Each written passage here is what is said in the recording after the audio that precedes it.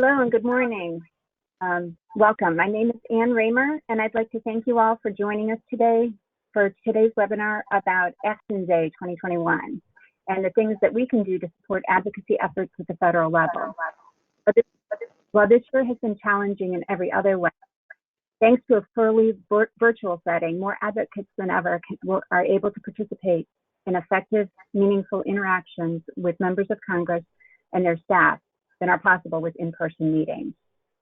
I'd like to give a shout out to Robin Friend, who has been an absolute pleasure to work with on this webinar series. She handles all of the technology, and for this, we're all grateful. A few pieces of housekeeping before we start. Your microphones are muted as a courtesy to everyone. If you have a question at any time, please type it into your webinar dashboard, and I'll go through them during the Q&A at the end. If technology is a problem, please send an email to webinar@cactu.org. All the CAC2 webinars are recorded and posted to the cactu.org website, including the one that we'll watch today. Putting the children and their families first is important in everything that we do. The core of who we are as a coalition. Other core values that direct our steps include being supportive of each other's efforts, mindful to avoid duplication.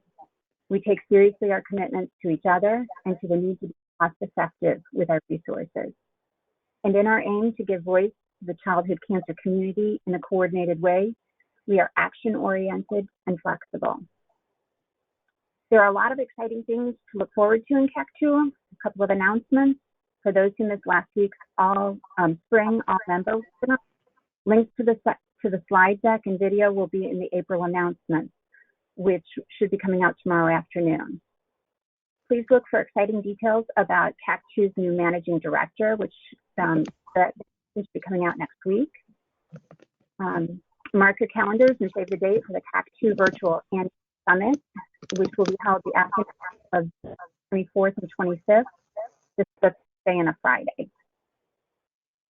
You have a double bonus in April. On April 28th, there will be a second on biopsies. Registration information will go out in the April announcements, which we mentioned will be coming out tomorrow afternoon. The Hope Portal team is starting outreach for members to update their listings and information, so expect an email and social media communications about that. And while we will be hearing more from Danielle about this, please know that the Action Day registration deadline is approaching at the end of the week. So today it is my pleasure to introduce Danielle Leach. And for those who have not met her, Danielle has a very good resume of health policy and work. Her current role at the National Cancer Society, Danielle is responsible for advocating research and quality of life through and ensuring brain tumor patients and caregivers are empowered with information, support, and resources. She's also helped leadership at St. Baldrick and the Society. Her international work, AIDS-related programming and research development includes 6 years in Latin America.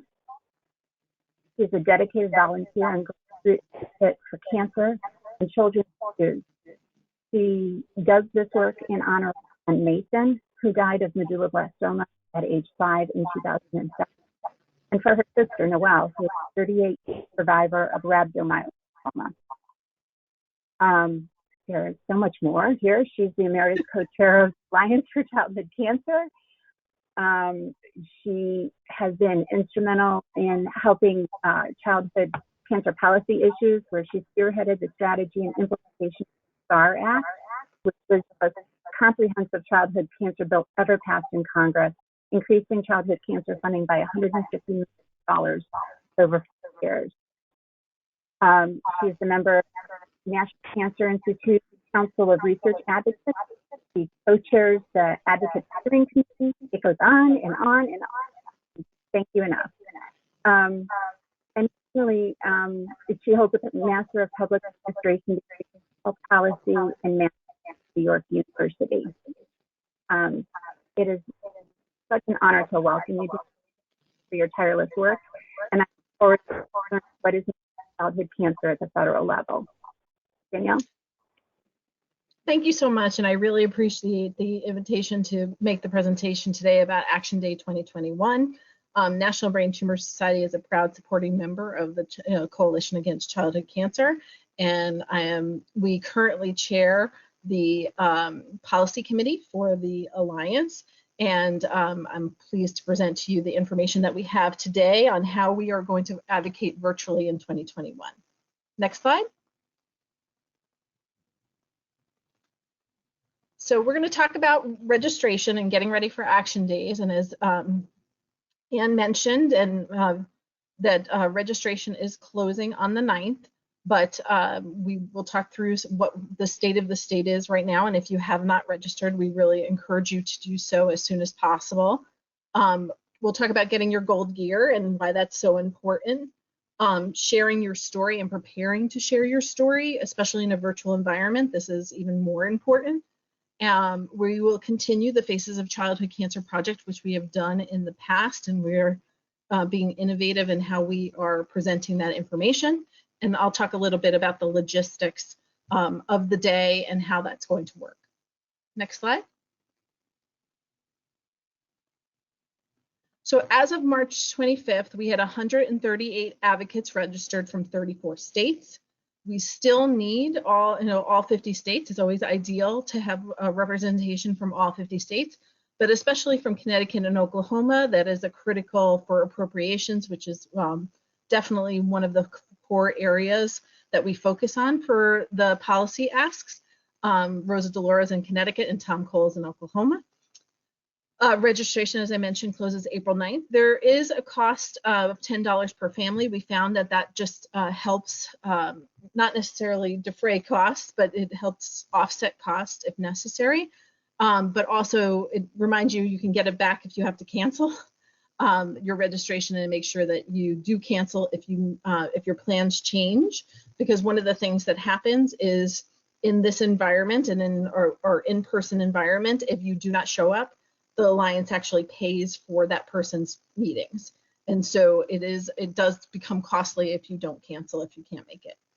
And the easiest way to join is to visit the Alliance website and register there. So getting your gold gear, and one of the things that is critically important, and then what we've found even in the Zoom environment, is having a visual presence on the call. We will be doing our meetings virtually, much like everybody's been doing meetings on Zoom. We will be using a platform to facilitate that, but that visual presence is incredibly important. The Alliance for Childhood Cancer for registered participants, will mail the welcome packets with gold swag for all the participants to wear. We encourage you to wear the gold ties, scarves, and ribbons to represent the cause, much like we have in the past. We tried to stay away from the use of yellow gold. It is sometimes confused with the military ribbons by the Hill. Please stay away from your individual organization specific gear, as we try to show that unified voice on the Hill. So the gold kind of brings everybody together on the call. And they make for great photos on social and everything when you see that visual. Next slide. So preparing to share your story, much like in the traditional action days that we have in person, you will be trained and we will talk to you about what the specific asks are. But the way that we connect with our members of Congress is through our stories.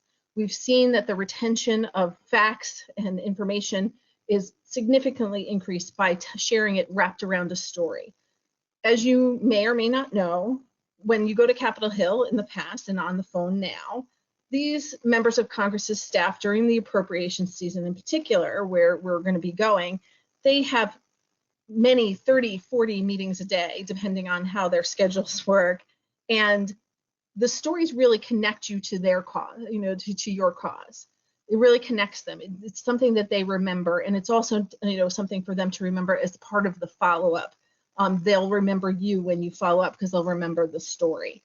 So one of the things is because of the nature of a Zoom call, it's even, and you will have opportunities to practice during the trainings with your group kind of on the flow and the role and what we typically do in Action Day training.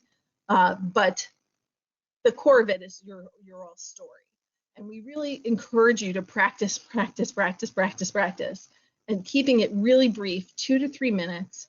Writing a small script sometimes can be helpful for people, especially for the newer advocates who have not been doing this for a long time. Sometimes it's helpful to have that script with you, or just your bullet points as you're talking through the experience. And I want to really encourage everybody, as you're telling the story, focus on the child and the family. How did it impact your child? How did it impact your family? Not necessarily the diagnosis, what drugs they got, kind of giving the rundown of their diagnosis. How did childhood cancer change their life and change your family's life? Like, for example, I will often say, Mason was an artist and a soccer player, and all he really wanted to do was play with his brother and be on the soccer field with his friends. But brain cancer did not allow him to do that, and actually took away his life, so that he will never be able to do that. And we have to change that reality. So it's tying, and that's the stuff they remember. They won't remember the medications. They'll remember that your child couldn't play soccer. They'll remember that your child had to spend their birthday, every holiday, in the hospital because the treatments were so harsh. Those are the kinds of information and sound bites that they will remember as they work through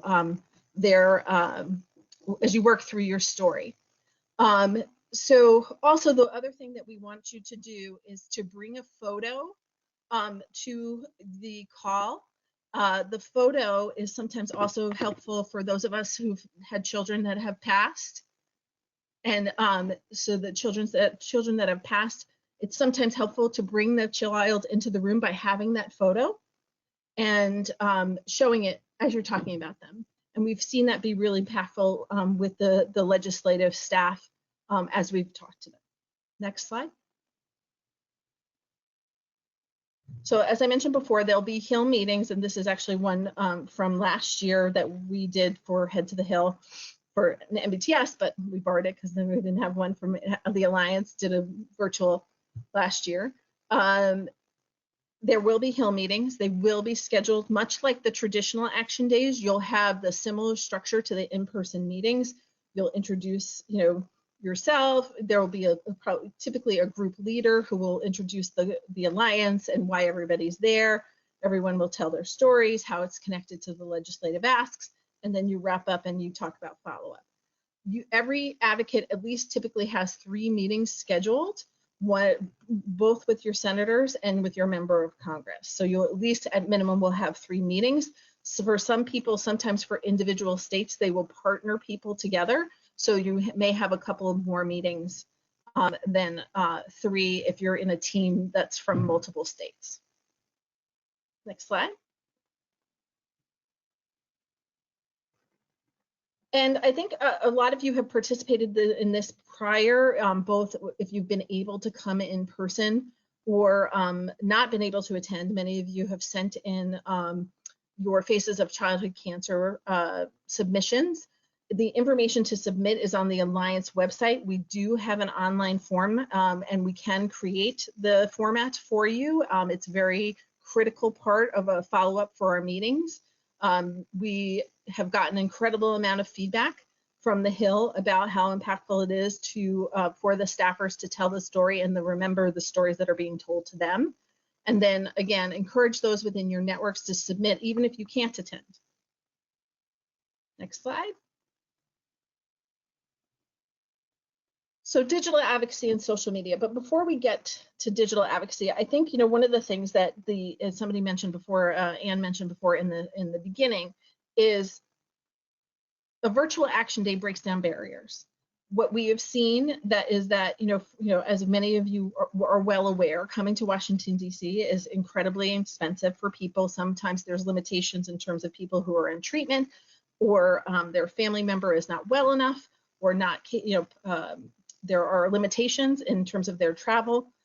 This breaks that all down. We've really seen an increase in participation, especially from areas where we typically have a hard time recruiting because it is so costly for them to come to DC. And so it's definitely reducing the disparities for engagement in Action Day. And we really encourage you all to register as we move forward. But there will be, if you're not attending and you're not going through the training and you're not doing the meetings, there will be opportunities for digital advocacy, both through emails and through social media. You will be receiving information from the organizations who are participating. So as in the past, you've often seen an action alert come out from National Brain Tumor Society or American Childhood Cancer Organization or St. Baldrick's on the day of Action Day. That's part of the legislative ask.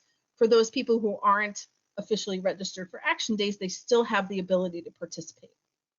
We also will have social media posts and hashtags to be shared that will be shared in training. We really encourage this community-wide effort, and really, as the more information comes out, I will share it with the CAC2 group to ensure that you guys all know the hashtags and what the sample posts will be the day of. And again, please prep your online networks that this is coming and to mark your calendars. Next slide. So logistics. Again, registration closes on the 9th, and this gives us an opportunity to just get a sense of our numbers, partner people up as necessary, bring the teams together, find the group leaders. And so it is really important to get that in. It's not saying it's impossible to register after, but it is difficult to kind of add people in. So really, I encourage you to register if you have not already. The training session will be on April 20th from 1 p.m. Eastern Standard Time to 3. So again, we tried to be conscious of the fact that there's Zoom fatigue. It's not a whole day training like it typically was, so it's much more compressed. It will be recorded and shared via email after with the registered participants.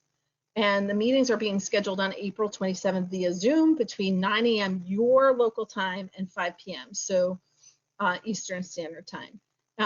So we really are trying to be respectful of the East Coast, West Coast as much as possible, and are conscious of that, especially for our West Coast friends who are participating. But the Hill still only works from 9 to 5 East Coast, so we have to kind of adjust to them, but we're trying not to make our West Coast friends wake up at 6 o'clock in the morning to be on a call. The preliminary schedules will be emailed much like they have for those who have participated in the past. They will be emailed to all participants around 1 week before Action Days. We are using a different facilitator. We're not using Soapbox, we're using Advocacy Associates. It's a different company, so they have different practices on how they share all of that. And then when you're a registered participant, you will get more information as things move forward on that. Next slide. I think that might be the last one.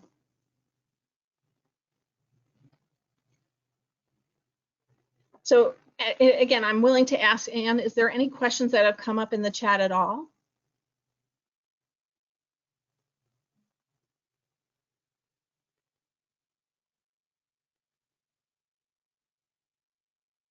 Hello?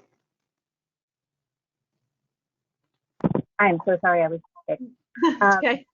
I want to say, we don't actually have any questions that have come up, but I think it's really important to note that there are multiple ways that our members can be involved, whether it's sending in photographs and doing the faces of childhood cancer. Obviously, preferred would be if they have the time to do taking advantage of this digital opportunity to do the Action Days with the training. You said on the 20th, and then the actual meetings on the 27th. Correct. And then even if they don't have time to do that, they can still engage and do have the opportunities to share hashtags on the day via social media. So I think all of those are really, really valuable. And, I want to thank you for presenting this. And I feel like if we work together, we can help shape federal funding and policy that are going to benefit all of our children, and that's definitely something that we can all get behind. So yes, absolutely. And I know a lot of people have questions sometimes about what are the policy asks.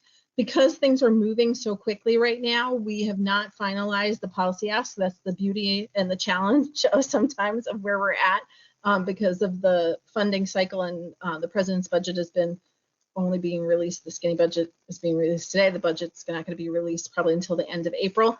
So, but there are things that are part of the policy agenda that we know are around appropriations, STAR Act, Childhood Cancer Data Initiative, overall NCI, NIH funding. Those are definitely on the docket for appropriations, but we will be meeting, the policy committee for the Alliance will be meeting in the next couple weeks. And then again, we will be sharing and training. It's not to say that there's not other things on our policy agenda normally, but typically we try to find things that are immediate, urgent in the moment, and have the ability to have an impact on quite quickly. So it's not saying that there aren't other pieces of legislation that the Alliance is behind. We always are. The Department of Defense stuff will also be on the legislative agenda, but it is, you know, we'll know in a couple weeks what the final asks are. Okay. We do have a couple of questions that have popped up. Hold on. Sure. Will we be using an app like we have done in the past for reporting and follow-up? This is from Suzanne Coons. Yeah, I think I will confirm what the Advocacy Associates has in terms of the follow-up. It will be a little bit different than what you've seen before in Soapbox. Most of them have gone to web-based. If you remember a couple of years ago, they went from an app to an actual web-based site. Most of the organizations that do this kind of work are going to that platform. The Advocacy Associates, I need to confirm for you what that looks like. Okay, and then thank you. We have another question. Are these slides available? And I think they will be available along with this recording. That was from Suzanne. And then Stan wanted us to remind all of the people watching that these are very friendly meetings. Can you speak a little bit about that? Sure. Sure. They are very friendly meetings. That is absolutely true, Stan, and I appreciate you noting that, and who is a long time dedicated volunteer who's come every single time to Action Days for as long as I've been going. Yes, they tend to be very friendly, and we are, you know, they want to hear what our asks are, and it's not an issue. It's hard to friendly to us. Right. There's another question. Is the Alliance behind National DIPG Awareness Day? And I don't know what. Yes, we have sent. Sorry, of course today my charger is not working. The Alliance is behind National DIPG Awareness Day. They have sent official letters in the past to the Hill and shown our support to Capitol Hill for the National DIPG Awareness Day annually. Excellent. Robin, I don't see any other questions right now. So I think, is there anything else that we should mention, or any tips for people that are maybe trying this for the first time? Yeah, I think, you know, for the first time, I think, you know, you're kind of in a good space, because there'll be, you know, in some ways it's a little more, the logistics are a little bit different, and you don't have that face-to-face, and it's a little bit hard, but you will meet with your group beforehand to practice, to talk through the rhythm of the meetings. One thing for those who are new participants, sometimes in the Senate meetings, especially if you have larger groups like from California and from Virginia and some others, not everybody tends to be able to speak, depending on the Hill. I will say the Hill has been really more accommodating with the time, and you know, that they allow for the meetings, but generally they're never more than 15 or 20 minutes. But you know, just don't be afraid, because there really are a lot of people who are participating, and you will have group leaders that will walk you through what's going to be happening and make this as easy as possible. And again, I think sharing your story and practicing that story and practicing telling it, because all of us are in different stages of where we are in our journey, a childhood cancer experience.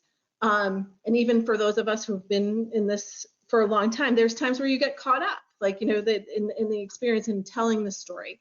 And so sometimes having those notes are incredibly helpful for you to kind of keep it make sure that you're making all the points that you want to make in telling your child's experience and story. And I think too, the fact that you have that training ahead of time, you have the ability to connect with other people in your state, which can be really helpful. Absolutely. I know that was my experience one time. So thank you. And if you can remind us again where we should go to sign up for this. It's the Alliance for Childhood Cancer website, and we'll make sure that it's sent to put in the email, the follow-up email, so that you have easy access to it. And it will also be in the announcement that we send out tomorrow. So thank you so much. Remember, everybody, to look out for those announcements coming out tomorrow. There'll be links to that. If you missed anything on this webinar, it'll be posted on the website.